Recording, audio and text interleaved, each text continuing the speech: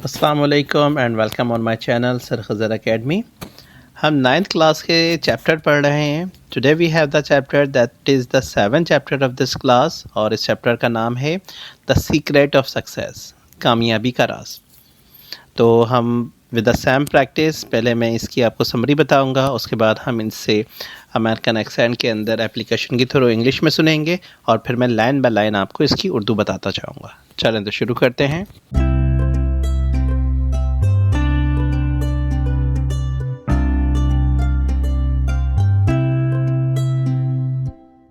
The secret of success, کامیابی کا راز. یہ ایک اسٹوری کے طور پہ ہمیں چیپٹر دیا گیا ہے. اس میں ایک اسٹوری ہے ایک بادشاہ کی، جس کے ذہن میں 3 سوال ہوتے ہیں کہ کچھ شروع کرنے کے لیے سب سے اہم وقت کون سا ہوتا ہے، کرنے کے لیے سب سے اہم کام کون سا ہے، سب سے اہم انسان کون سا ہے. اور اس بادشاہ کو یہ لگتا ہے کہ اگر اسے ان تینوں سوال کے جواب صحیح مل گئے تو وہ سب سے زیادہ کامیاب انسان بن جائے گا. اس سوال کا جواب جاننے کے لیے وہ اپنے محل کے اندر تمام وزیرہ اور عقلمند لوگوں کو بلاتا ہے، ان سے سوال کے پوچھتا ہے، لیکن کوئی اسے مطمئن جواب نہیں دیتا. یہاں تک کہ وہ بادشاہ ان سوالات کے جواب جاننے کے لیے اس کو 5000 سونے کے سکے انعام دیے جائیں گے کہ جو ان سوالوں کے جواب دے گا اسے یہ انعام ملے گا. لیکن پھر بھی اسے جواب نہیں ملتا.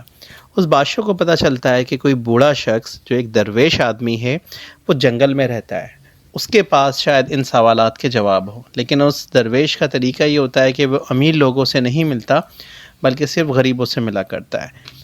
تو یہ بادشاہ کیا کرتا ہے کہ ایک غریب کے حلیے میں اس درویش کے پاس جاتا ہے. جب وہاں پہنچتا ہے تو اس وقت وہ درویش زمین کے اندر گڈھا کھود رہا ہوتا ہے. یہ جاتا ہے، اسے سلام کرتا ہے اور اسے کہتا ہے کہ میرے ان 3 سوالوں کے جواب آپ دے سکتے ہو. تو وہ جو بوڑھا شخص ہوتا ہے، جو درویش ہوتا ہے، وہ اس کی بات کا جواب نہیں دیتا. پھر یہ دیکھتا ہے کہ وہ بوڑھا آدمی جو ہے تھک گیا ہے، تو یہ اس کی مدد کرنے کے لیے اسے کہتا ہے کہ میں آپ کی مدد کرتا ہوں اس گڈھا کھودنے میں. وہ گڈھا کھودنا شروع کر دیتا ہے، اور اس کے بعد جب گڈھا کھود رہا ہوتا ہے پھر وہ اس سے پوچھتا ہے ان 3 سوال کو. درویش پھر بھی اسے کوئی جواب نہیں دیتا. اس کے بعد جب شام ہونے والی ہوتی ہے تو وہ جیسے ہی گڈھا کھودنا روکتا ہے تو دیکھتا ہے ایک شخص آتا ہے جو زخمی حالت میں ہوتا ہے. وہ شخص سے ملتا ہے، دیکھتا ہے، جیسے ہی وہ شخص ان کے قریب آتا ہے تو بے ہوش ہو جاتا ہے. بادشاہ اور وہ درویش اس زخمی بے ہوش آدمی کو اٹھا کر اپنے خیمے ٹائپ کا ہوتا ہے، ایک جھوپڑی ہوتی ہے، اس میں لے جاتے ہیں، اور وہاں پہ اس کی وہ مرہم پٹی کرتا ہے، اور پھر سب تینوں سو جاتے ہیں. جب صبح اٹھتے ہیں تو وہ جو شخص ہوتا ہے جو بیمار ہونے ملا تھا بے ہوش حالت میں، وہ بتاتا ہے کہ میں تمہیں مارنے آیا تھا، تم بادشاہ ہو اور تم نے میرے بھائی کا قتل کروایا تھا، اور اسی کا بدلہ لینے کے لیے میں تمہیں مارنے آ رہا تھا. لیکن یہ کہ تم یہاں پر اس درویش آدمی کے پاس رکے، واپس ہی نہیں آئے، میں جھاڑیوں میں چھپا ہوا تھا. لیکن پھر میں نے کہا تمہیں کافی دیر ہو گئی ہے، تو جیسے ہی میں نے نکلنے کے لیے تمہیں باہر آیا تو تمہارے آدمیوں نے دیکھ لیا اور مجھے مارنا چاہا. لیکن میں ان سے کسی طرح بچ کر تمہارے پاس آیا، اور اب تم نے دیکھو میری جان بچائی ہے. تو اب یہ ہے کہ اس کے بدلے میں اپنے بھائی کا جو قتل ہے وہ بھی تمہیں معاف کرتا ہوں، اور میں تمہارا ایک وفادار ملازم بن کے رہوں گا زندگی بھر کے لیے. اس کے بعد وہ جو درویش آدمی ہوتا ہے بادشاہ کو بتاتا ہے کہ وہ جو تمہارے 3 سوال تھے وہ تینوں جواب تمہیں مل چکے ہیں. سب سے پہلا کہ تم نے پوچھا تھا کہ کون سا وقت اچھا ہے، تو سب سے اہم وقت جب تم نے میری مدد کرنا چاہی. اور سب سے اچھا کام کون سا ہے، زمین کھودنے کا. اور سب سے اچھا شخص کون ہے، میں تمہارے لیے سب سے اہم شخص ہوں. دوسرا اس نے کہا کہ اگر دوسری نظر سے دیکھے تو دوسرا یہ ہے کہ وہ آدمی جو تمہیں مارنے آیا تھا وہ سب سے اہم آدمی تھا، اور وہ وقت جب تم اس کی مرہم پٹی کر رہے تھے وہ وقت سب سے اچھا وقت تھا، وہ کام سب سے اچھا کام تھا. اور سب سے اہم شخص تم خود ہو، کیونکہ تم خود بہت خوش نصیب ہو. اب اس چیپٹر کا جو خلاصہ ہے، ان تینوں سوالوں کے جوابات وہ سمپل یہی ہے کہ کسی کام کو کرنے کا سب سے اہم وقت موجودہ وقت ہوتا ہے، یعنی اس وقت میں جس وقت آپ کام کر رہے ہیں وہی سب سے اچھا وقت ہوتا ہے. سب سے اہم کام وہ ہے جو آپ کر رہے ہیں. اب جو بھی کام آپ کر رہے ہیں that is the important work. اور سب سے اہم شخص وہ ہے جس کے ساتھ ہم اس لمحے ہیں، یعنی وہ وقت جو ہم گزار رہے ہیں وہ سب سے اچھا شخص ہے.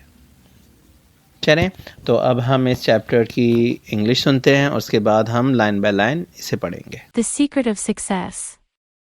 A long time ago there lived a king who was in search of the secret of success. He thought if he could find out the answers to 3 questions, he would discover the secret and never fail.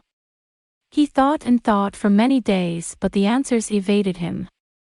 So, he called all his ministers and asked them these 3 questions. 1. What is the most important time to start something? 2. What is the most important work to do? 3. Who is the most important person? But none of them could come up with a satisfactory answer. Next, he called all his courtiers and asked them the same questions. They discussed and debated for long, but none of their answers satisfied the king. He then called the wise and learned men of his country to his court. He discussed the problem with them for many days. They too were unable to satisfy the king, because they could not see eye to eye with each other, and ended up arguing amongst themselves. They came up with many different answers, but none of the answers provided any meaningful solution. The king then asked his ministers to announce that whoever answers these questions would get a reward of 5,000 gold coins. Many people came and talked to the king, but their answers did not satisfy the king. At some distance from the capital, there was a jungle. The king had heard that in the jungle there lived an old wise man who was considered a saint. He lived all alone. His fame had spread far and wide as someone who would solve everyone's problem. The king decided to consult the wise old saint. But the problem was he only mixed with the poor and needy. He did not mix with the rich and wealthy. Since the saint did not like meeting wealthy people, the king started thinking as how to approach him. The king pondered and thought deeply about a way to meet the saint. Soon he came up with a plan. He dressed himself in rags and set out to see the wise old saint. Since he wanted to appear poor and destitute, he asked his servants to remain behind. Alone, he headed straight for the saint's hut. When the king arrived at the hut, the saint was digging the ground in front of his hut. He was old and weak, and as he worked he was breathing hard. He tired quickly and stopped frequently to rest. The king approached him and addressed him directly. "Sir, I have come a long way to ask you the answers to 3 important questions." The king continued, "My first question is, what is the most important time to start some work? My second question is, what is the most important work to do? And third, who is the most important person?" The saint paid no attention to the king and continued digging. The king waited for a few moments and then said, "Sir, you look tired. Let me dig the ground for you." The saint thanked him and gave him the spade, and the king started digging. After some time the king repeated the questions and requested the answers. But all that the saint said to the king was, "Let me dig now." The king did not give him the spade, and kept digging. He remained calm and did not lose patience. The hope that he would find the answers to his questions kept him motivated and determined. When evening fell and the light began to fade, he stopped digging and turned to the saint. He said, "Could you please let me have the answers to my questions now?" The saint remained silent and pointed to one side. The king glanced in that direction and saw that a bearded man with a dagger in his hand was running towards them. When he reached them, he fell down and fainted. The king straightway picked up the bearded stranger and carried him into the hut and laid him down on the ground.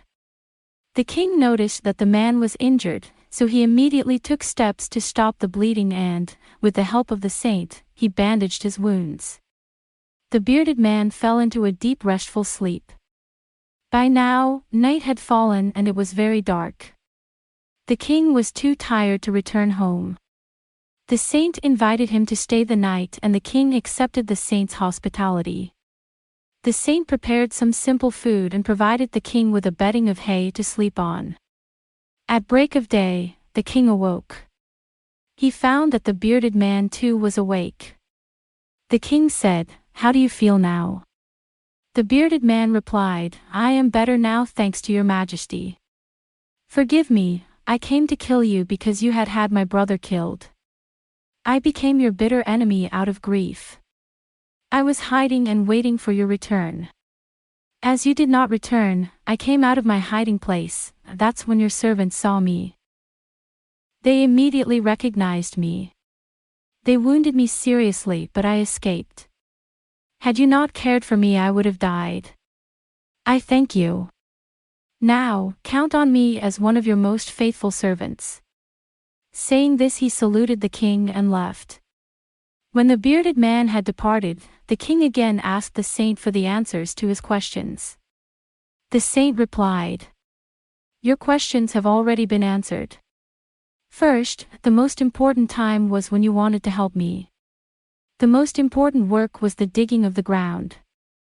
And I was the most important person for you. Had it not been so, you would have returned and been killed." The saint continued, "The second time, the most important man was the bearded man. The most important work was dressing his wound. Had it not been so, you would not have won a faithful servant.